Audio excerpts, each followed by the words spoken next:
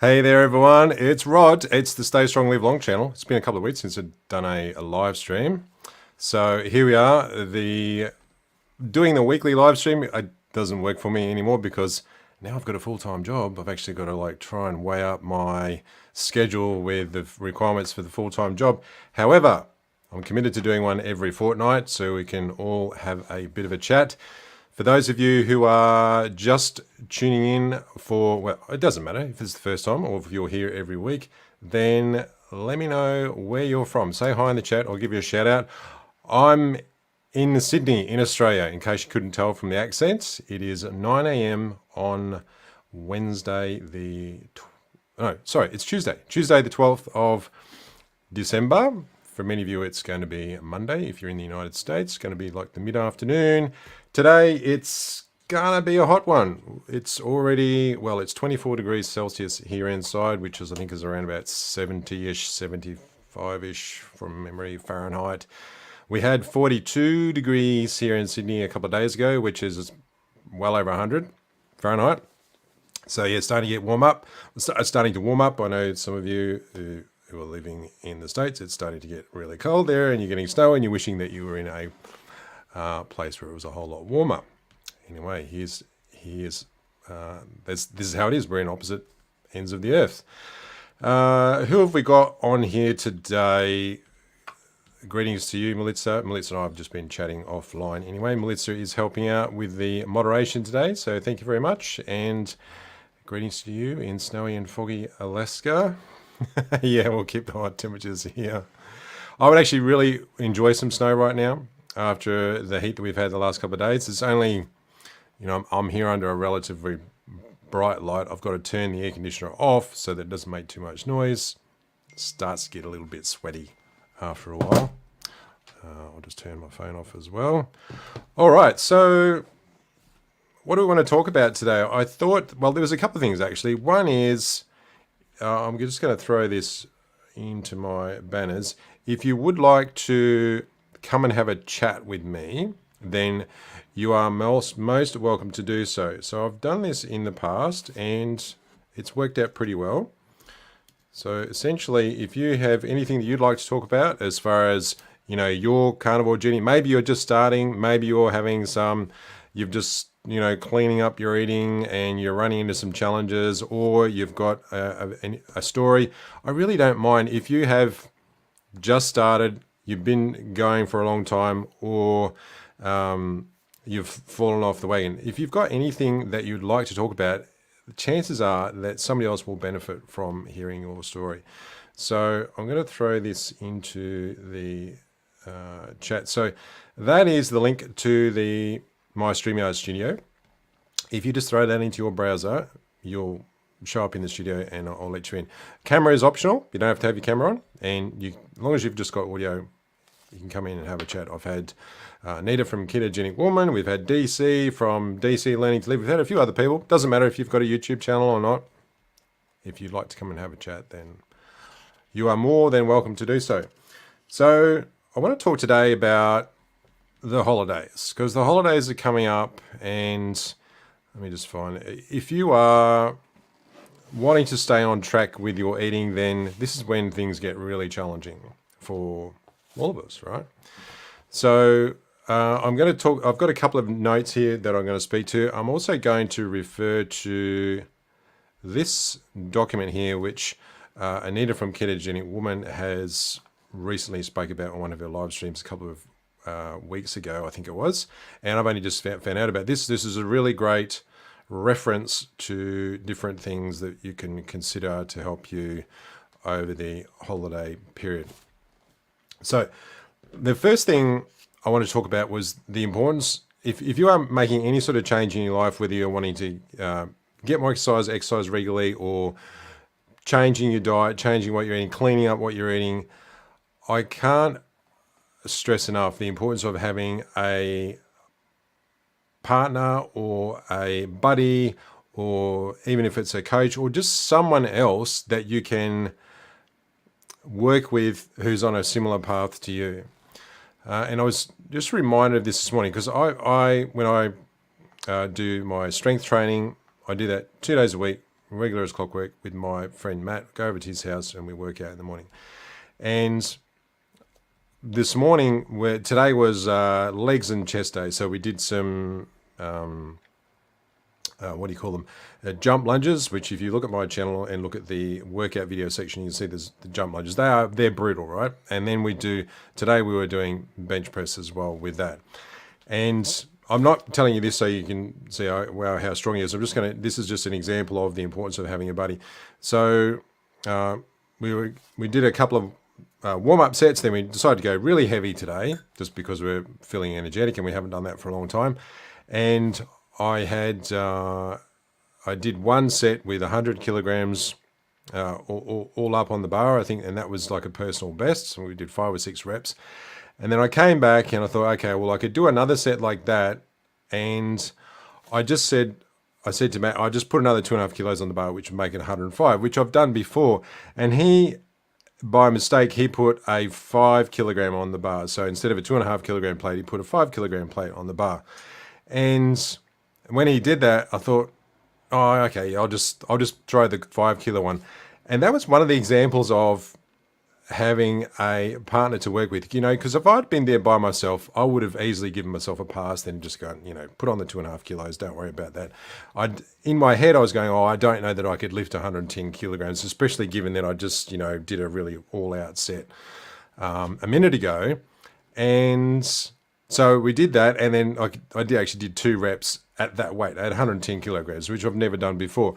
And this is the point of the story, is that when you have a partner with you, it can oftentimes make you a little more accountable, and you just don't give yourself a pass as often because you're working with someone or someone else knows your situation, or I guess there's a little bit of the ego that comes into play, but it just illustrated to me the value of having a partner to work with. So, maybe if you look at, say, cleaning up your eating, then if you have a commitment with somebody to say, okay, well, I'm just going really strict, whether it's keto or carnivore, whatever it happens to be, and you're wanting to stick to that plan, having someone else to work that you actually work with who's on a similar plan or the same plan, you just don't give yourself as much of a free pass as what you normally would when you're working by yourself. So perhaps for some of you who are having trouble sticking with your eating plan, sticking with eating the carnivore way, sticking with your exercise plan,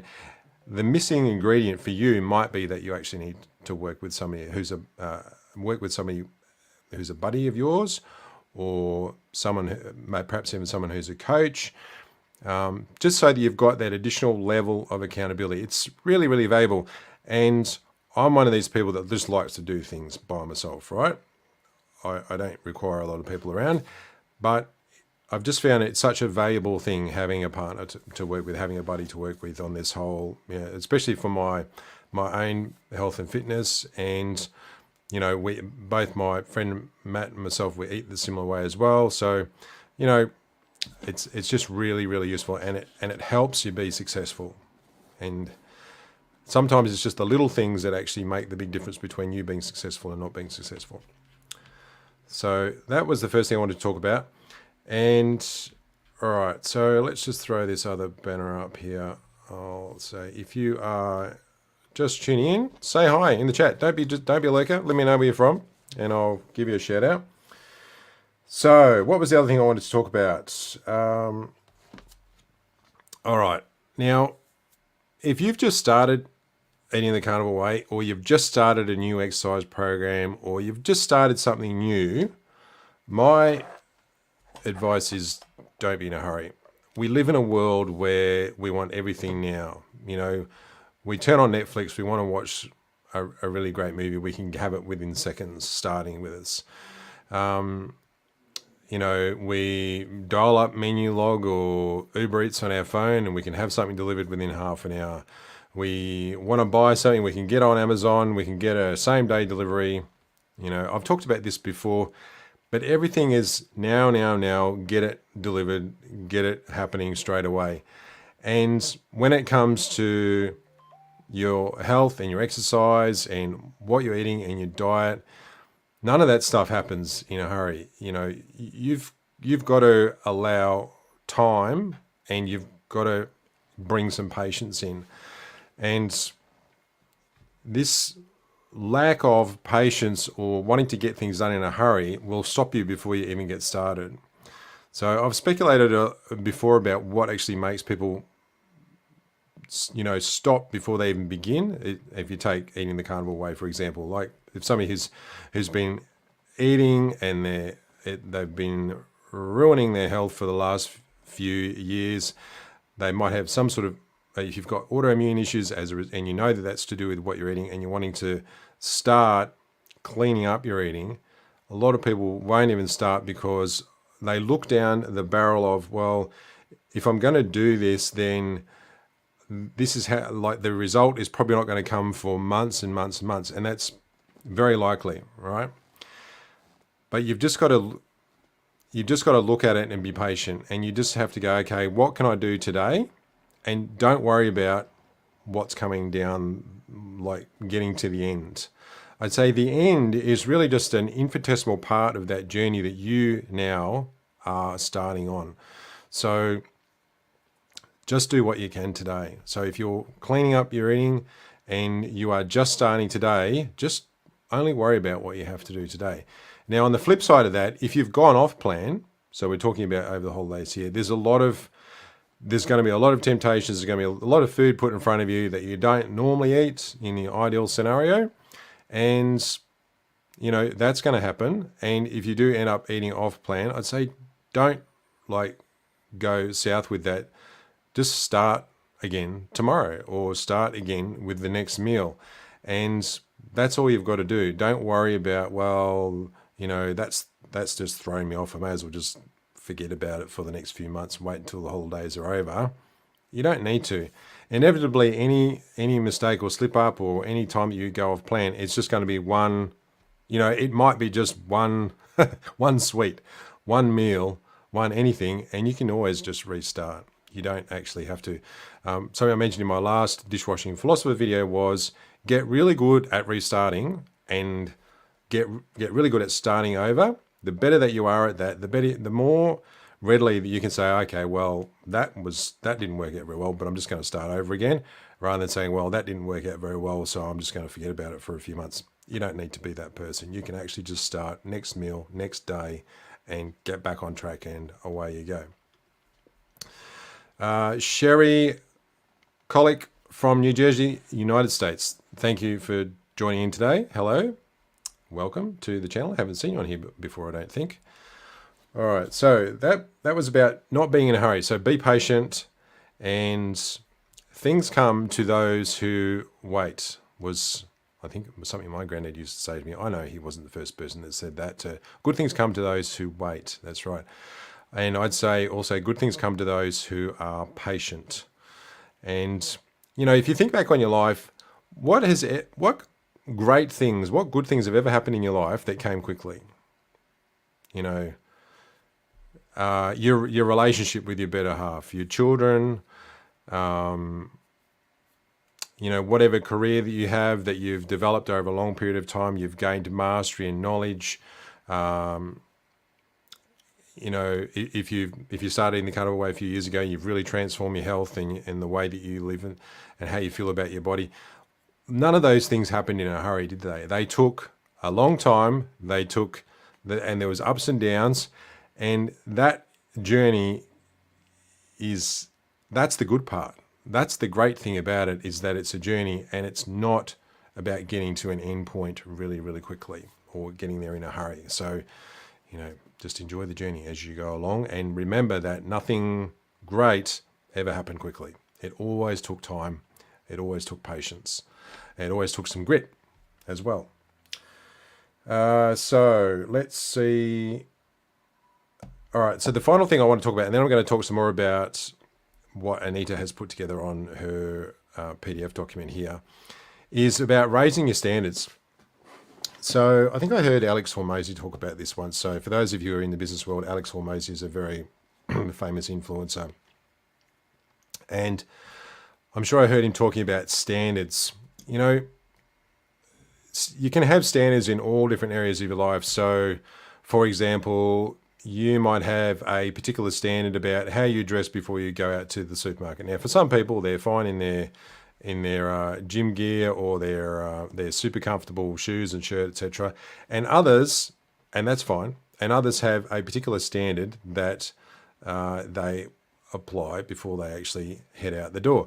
And my my wife April was talking about this, is that when she moved back to Sydney, because she used to live down in the country, she was cool with having her tracky pants on and her sweats on, I think you call them in the States, whenever she went to the supermarket. But now in Sydney, she's raised her standards, so she actually puts a little bit of more effort in before she goes into the outside world. And now that she's gotten used to that, she can't sort of go back to where she was. And the same applies to pretty much anything in life. So if you've been eating really well and you've gotten rid of processed food out of your diet and you've been eating that way for 3 to 4 weeks, what I've found is that you've now lifted your standard. And it's much easier to maintain a standard than to go back to where you were, in my view.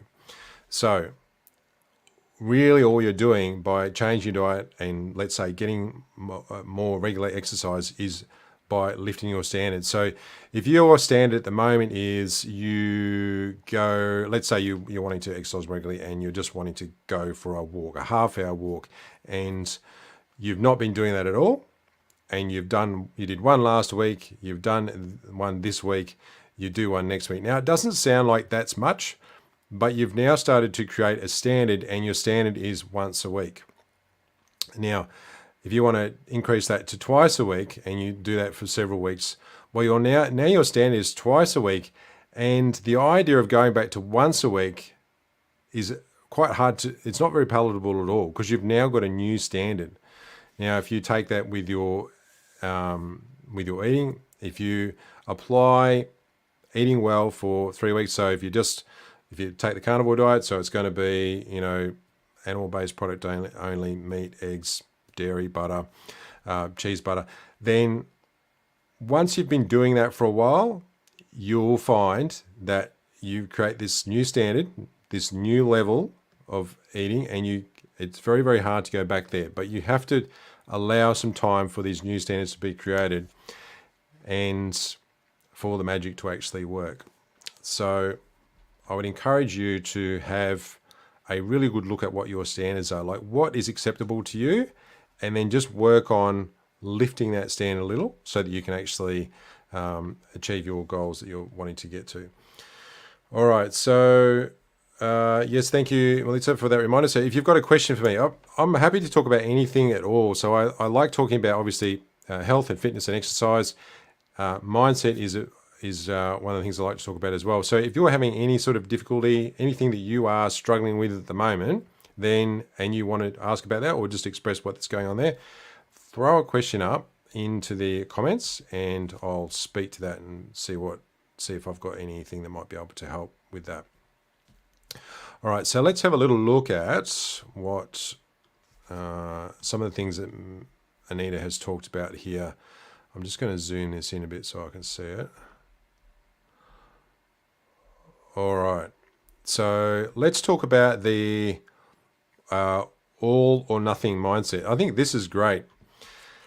And this is one of those things that stops people from starting over, or actually from starting in the first place. So the idea that if you commit yourself to beginning or starting a new way of eating or starting a new habit of exercising, and that you either do that completely as planned or you don't do anything at all, is a surefire way to set yourself up for failure. So have your plan be flexible enough so that you don't throw out the baby with the bathwater when you start something new. Realize that we're all human and that we're all subject to different stresses and things that affect us in different ways. And if you start out with a very positive mindset, then you might something that throws you off. But don't be of the idea that, well, I either do this or I don't do this. Like there's this very binary sort of way of looking at things. I would say, okay, let's begin. And if we do slip or we do go off plan, let's just begin again. Like, just have a mindset of beginning and continue to begin, and just take each day as it comes. Start each new day, or even just start each, okay, this is a new meal. All right. Now let's do this meal well. And then you've got another meal. Let's do this meal well. And you'll start to rack up some victories. So the victory isn't, I'm just going to do this, or I'm not even going to start. The victory is the next meal. There's another victory with the next meal, and there's another victory with the next meal. Or there's a victory with the next time you go for a walk, or there's the victory with the next time you get some exercise, or you go to the gym, anything like that. All right, so who else have we got tuning in? UK Carnivore Guide, thank you for tuning in. I've struggled with chocolate recently, had some stresses. Everything else has been easy food-wise. Got family coming to see me for a few days, and I know it's going to be hard. Yeah, so, I mean, this is an example of how... I'll just drop this out of the thing for a moment. I think there's a couple of things at play here. So number one is stress, yes. And I think recognizing that when you're in a stressful situation, you can then lean on food as an emotional crutch. And we all do that. Right? You're not the only person. And I think, well, recognize that that's pretty normal. Is there anything that you can do about that? So is there something else that you could do that would provide you with some emotional support when you're in a stressful situation? So that's my first question. And sometimes controlling what's in your environment is really helpful. So I was reminded of this yesterday. I normally go, within walking distance of me, I've got an Aldi and I've got a Woolworths supermarket. And you can go buy your groceries at one or the other. Now, I go buy mine at Aldi, A, because the pricing is really good, but B, because if I stay around the outside of the shop, I'm not going to run into anything that is food that I really don't want or I don't need. Like, I'm not going to go down the ice cream aisle. I'm not going to go down the biscuit aisle. Like, I don't need to go down any of those because I'm just sticking to the outside. With the outside is the meat, is the dairy, then cheeses, and then eggs, and then I'm back at the checkout. So I control my environment, which then means that if I am, if there's something going on where I'm a bit stressed, etc., I'm not likely to go, oh, I'm just going to have like a tub of ice cream. It's just a tub of ice cream, right? It's okay. And it might be okay, but it can start a cycle going that I don't want.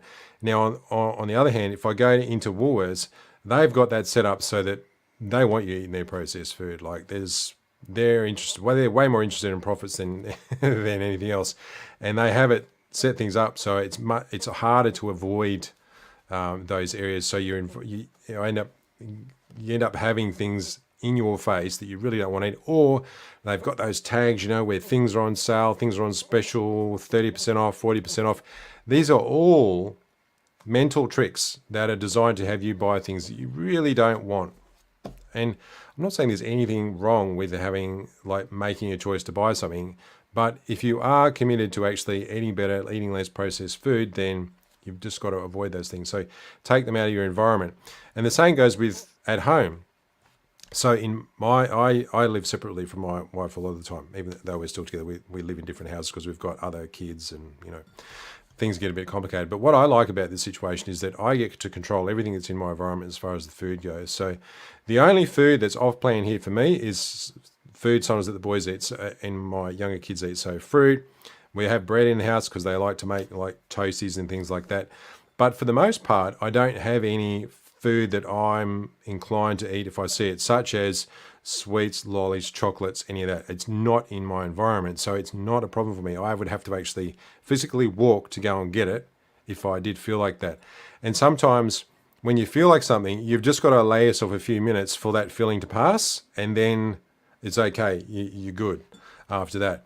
But in a moment of stress or something goes on, if that food that in the past has given you emotional support is there, you're more likely to eat it if it's in front of you. So try to remove it from your environment. And this is when we come to when we're getting together with family. So over the holidays, there's going to be a lot of food that would typically be off plan for you. And, that's going to be likely, you're either going to go one of two ways. You're really disciplined and you just don't eat that kind of food, and you've got no problems with telling people, I'm just not eating that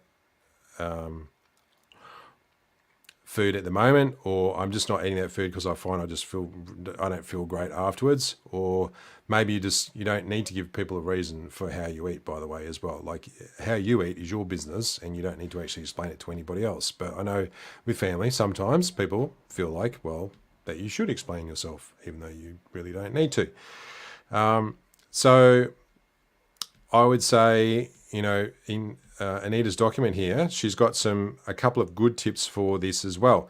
Now, I like this one: take safe foods with you, or to add to that, I'd say make safe foods as well. So oftentimes, especially when we're getting together with family, people bring food plates, people bring food with them, and this is a great opportunity for you to create something that other members of your family may not have actually had before, that's completely in line with how you like to eat.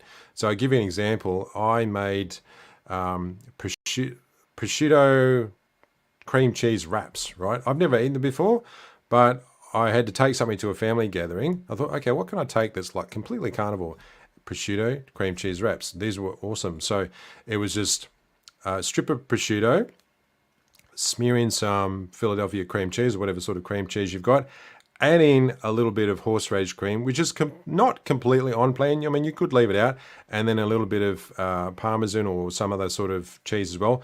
Rolled it up, and everybody thought they were absolutely amazing. So bring something that's safe. Now, you can obviously bring things like jerky or pre-cooked bacon, meat chips, sliced boiled eggs are great. There's all kinds of things that you can bring and if you're feeling a bit snackish, that you can snack on. So stack the odds in your favor. If generally when you go to a family occasion, there isn't food there that you want to eat, well, bring the food that you want to eat and introduce some additional dishes. And you may find out that people go, oh, can you bring those next time, whatever it was that you bought, even if nobody else in your family is eating the carnivore way. So that's something else that you could do. Now, there was something else that Anita said on her document here, was about when you choose to go off plan. So sometimes you might go, well, there's a casserole, it's got whatever is in it, veggies, it's had additional sweetening added to it.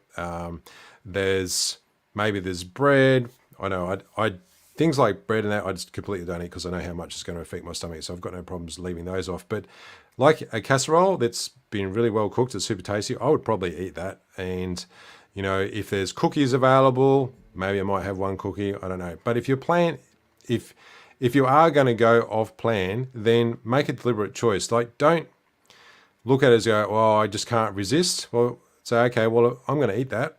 Then choose what you're going to have and then just get back on track.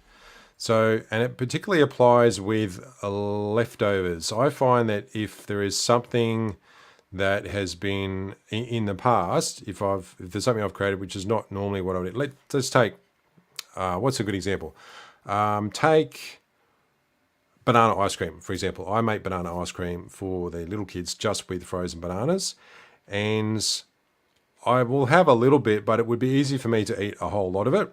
And if there is leftovers, then give your leftovers away or get rid of them. Don't feel like just because they're leftovers that you have to eat them. Sometimes it can end up with you eating a whole lot more food that you didn't really want to eat just because of the fact that they're leftovers. So be prepared for that. And that way, whatever it was that is off plan for you is not in your fridge, or it's just not in your space, and you can actually restart again. All right. So, yes, you're welcome. Hopefully that was helpful, Carnivore Guy. You'll be strict from January the 1st. You know what? I see this a lot, and I think it's fine. Do however you want to do you. I think you can be strict from one meal to the next. You go, okay, the next meal I'm going to be strict. Rather than going, well, I'm not going to be able to be strict every day, so therefore I'm not going to start till the 1st of June. Just switch that thinking around and go, okay, well, just be strict for the next meal. Just worry about the next meal. And then if you find that that didn't work out, well, we'll just go to the next one. I'd say whatever it is that you want to do, like start as soon as you can. Don't start it way off in the future. I personally think that this prevents people from beginning or experiencing a lot more benefits. So I'd say just start. Like, what's stopping you from starting today? Make your next meal a strict one. You might surprise yourself. Okay, just make that a strict one, and that's a win. You know, you start stacking up wins. You start feeling better.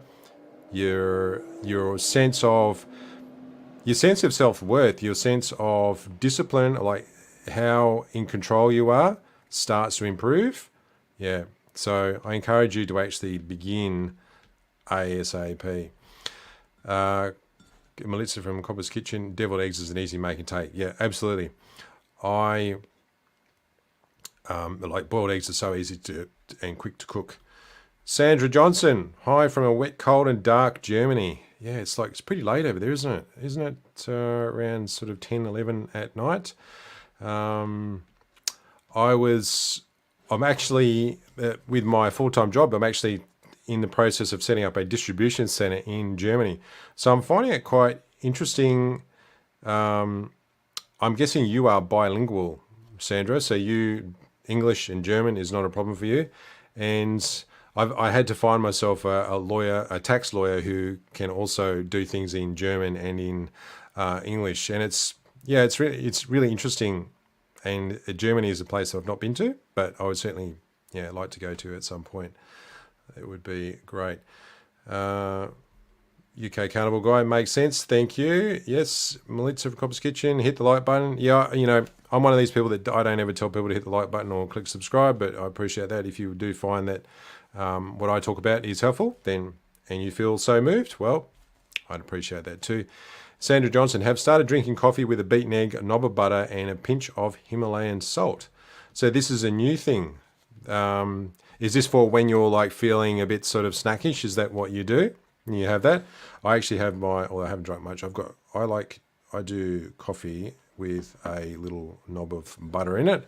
And then I use, it's a stirrer, but it's a really high speed one, and it makes it all nice and frothy. Oh, it's so good. It's really good. I have it all the time. But with a beaten egg in it, that's interesting. Doesn't it like kind of cook the egg when you do it? And yeah, I got to try it. Maybe it doesn't do that. Surprisingly delicious. Yeah, I'll give it a go. It's like a coffee egg drop soup. It is, isn't it? Yeah. All right, so let's just have a little bit. I'll just have a bit more of a look at what's on Anita. And I don't know whether if you do watch this on replay, Anita, thank you so much for producing this particular document. This is really, really useful. What else have we got? Okay.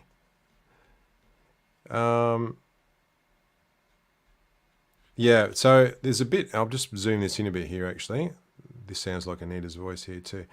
So this is an important one about it's your choice. So, and it's again about what I was talking about before, whether you share with people how you choose to eat.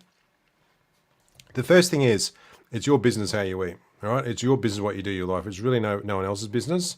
And if people want to put their opinions on about how you eat, well, that's entirely up to them, but it really isn't any of their business. So that's the first thing to remember is you're not required to explain yourself to anybody about how you are eating, and I can't stress that enough. So, you know, I would say there's some great advice here. As opposed to making this about a diet, share with them that it is about your health. And that's a difference. So people think diet, they think, oh, you know, it's like diet is, people think yo-yoing, like going up and down or losing weight or, you know, fanatical, or there's all these sort of negative connotations associated with the word diet. But the word health, well, that's a different thing, right? So if whatever you're doing is for your health, so you're wanting to improve your health, you're wanting to improve how well your brain functions, you want to lose some weight so you can feel better in your body, you've got aches and pains you're wanting to get rid of, you are maybe you've got some goal to participate in like an event, anything like that. I think these are all much more positive ways of talking about what it is that you're doing. So, and you can share something with, well, I feel so much better since I don't eat sugar or starches. So I often say that, and it's just true, right? I find that if I don't eat, as soon as I start, if I add bread in or I add any sort of vegetable, it doesn't seem to matter what, especially if it's greens, I get more pain, I get a lot more flatulence, and I just feel like awful in my stomach. So for me, like it's a no-brainer to leave those things out. And I think sometimes when you say that, people, sometimes I've had people, oh yeah, that actually sounds pretty good, because people can relate, right? They know, well, yeah, I have issues with constipation, or I have occasional issues with diarrhea, etc. And it's gives people a different way of looking at, well, it's not just a diet, it's really about, it's what you're doing is actually for your health. And there are things that you can do about various health issues just by changing what you put in your mouth. Bread's a good example. I love bread. I used to make bread when I was a kid. I literally made thousands of loaves of bread because that was my job when I was a kid on the farm. And so as soon as the smell of freshly cooked bread, it's like, oh my God, it's so good. But it's, for me, it just took me a while to realize to go without it for a while, and then to reintroduce it and realize how terrible I felt afterwards. So I thought, okay, it was just one of those things that I love it, but it just doesn't love me at all, and I'll have something else instead. So, when all the food's laid out on the family get together table, and there's like bread rolls there, or there's Turkish bread, there's all those delicious things, and there's butter, well, I just find something else to go with as well. Grab another piece of meat, put some butter on that. Feel great later. Don't regret that decision at all. So, I think that we can get caught up in wanting to do what everybody else is doing as well. And particularly that with those family bonds and family ties, you don't want to be the odd person out. And, sometimes you do have to be, but it doesn't mean you can't stand up for your own health and that you can't stand up for what actually makes you feel good in your body. Everybody has the right to feel good in their body. So, keep that in mind. Who else have we got here? Bonnie, welcome. Thanks for tuning in. Got some snow going on there, have you? Because I think you're in Alaska too, aren't you? You actually make those latte egg thingies as well. A stick blender is a must. All right, I'm going to give it a go. I'm jealous now. I'm curious as to how good these things are. I'm going to give them a go. The idea of shoveling snow, I just can't even imagine it. I mean, we don't have snow here. The only place where we have snow is in the Snowy Mountains in Australia, which is actually in New South Wales and Victoria. And where I grew up in Western Australia, there is no mountain high enough that has snow on it. We have one mountain there called Mount Barker, which I think is about 600 metres above sea level. And every few years it gets a tiny sprinkling of snow on it, but we don't have any snow at all. All right, I'm just going to have one last little look at Anita's thing here. Yeah. All right, so talking about why options to ensure success at the event. So if you're going to a family event, then yeah, it's worth remembering why you've started to eat the carnivore way, why you've started your exercise program, and just remind you of that. And this is a great idea. Write it down on a piece of paper and put it in your pocket before you go. And the other thing is what you say when you talk when you talk to yourself. So if you go off plan,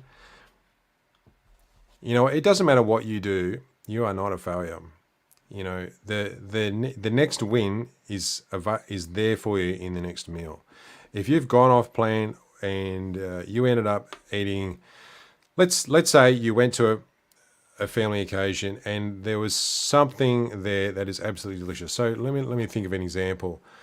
Especially when you've got great cooks in your family like I do, I find that I'm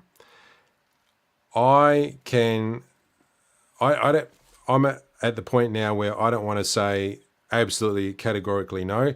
If my mother-in-law has made this delicious chocolate cake that she does make on occasion, and it's like and it's even it's free of, like, it's gluten free as well because she's a celiac. It is still just the most amazing thing. Excuse me. So I'm going to have a slice of that for sure, but I'm not going to have 2 slices. So I found that the optimum thing for me is I'll have a slice of that cake and I can feel okay with that. Yes, I have gone off plan, but I just had 1 slice and that was my intention. I got to enjoy that delicious food that she made for everybody, but I haven't had so much where later on I feel like, man, I just ate like 3 slices of that now and just feel like, feel a bit awful.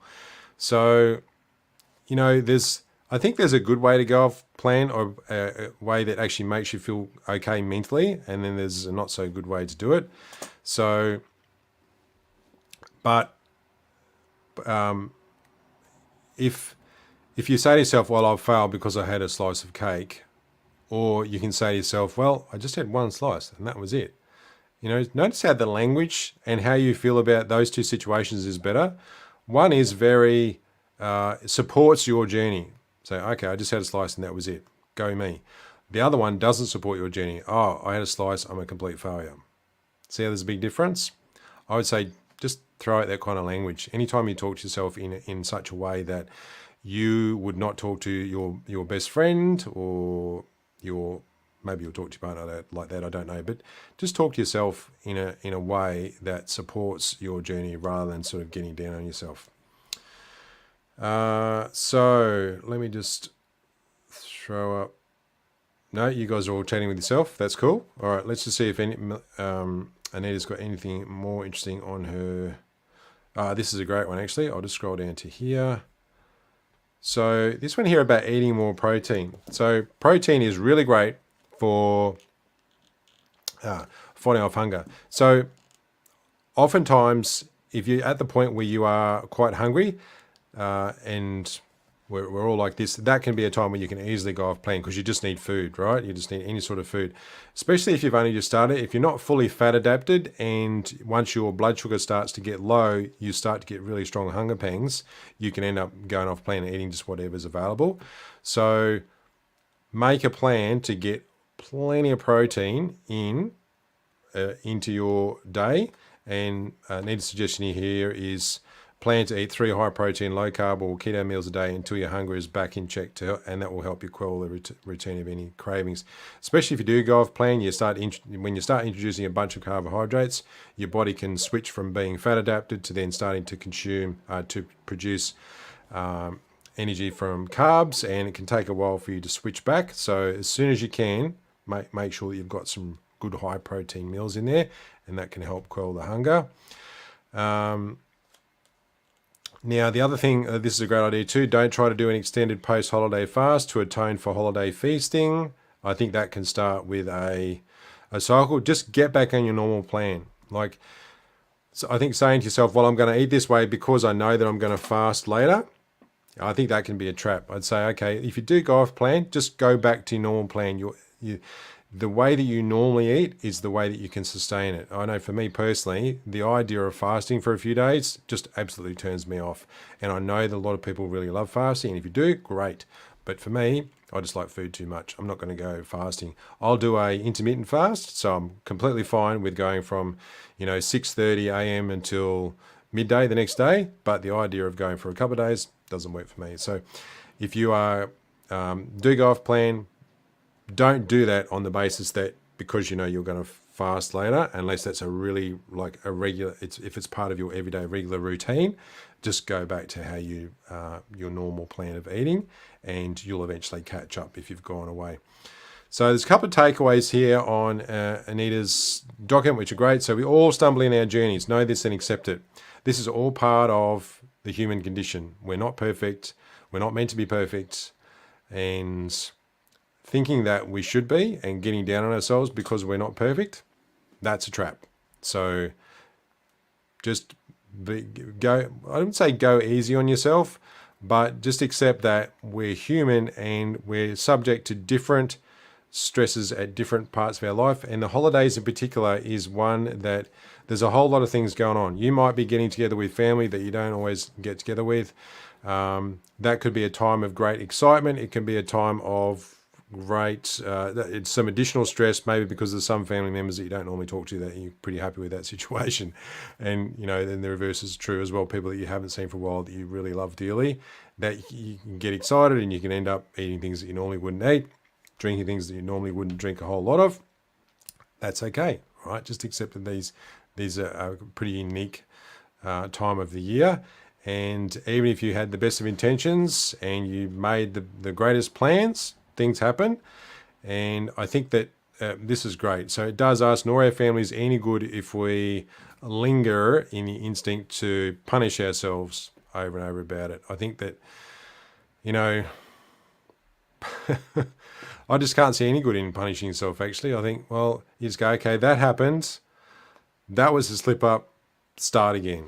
Okay? Just start again with the next meal. Like I said before, start again with the next day. Don't wait.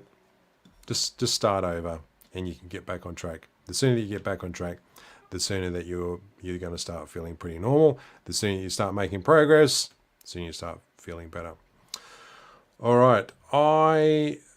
That's about all. I can't believe it. 45 minutes went by in a hurry. For all of you who showed up today, I really appreciate that. I know this time of the year we're doing other things. I think I've noticed just in general that YouTube gets a lot quieter, and I've found the same with my other channel as well.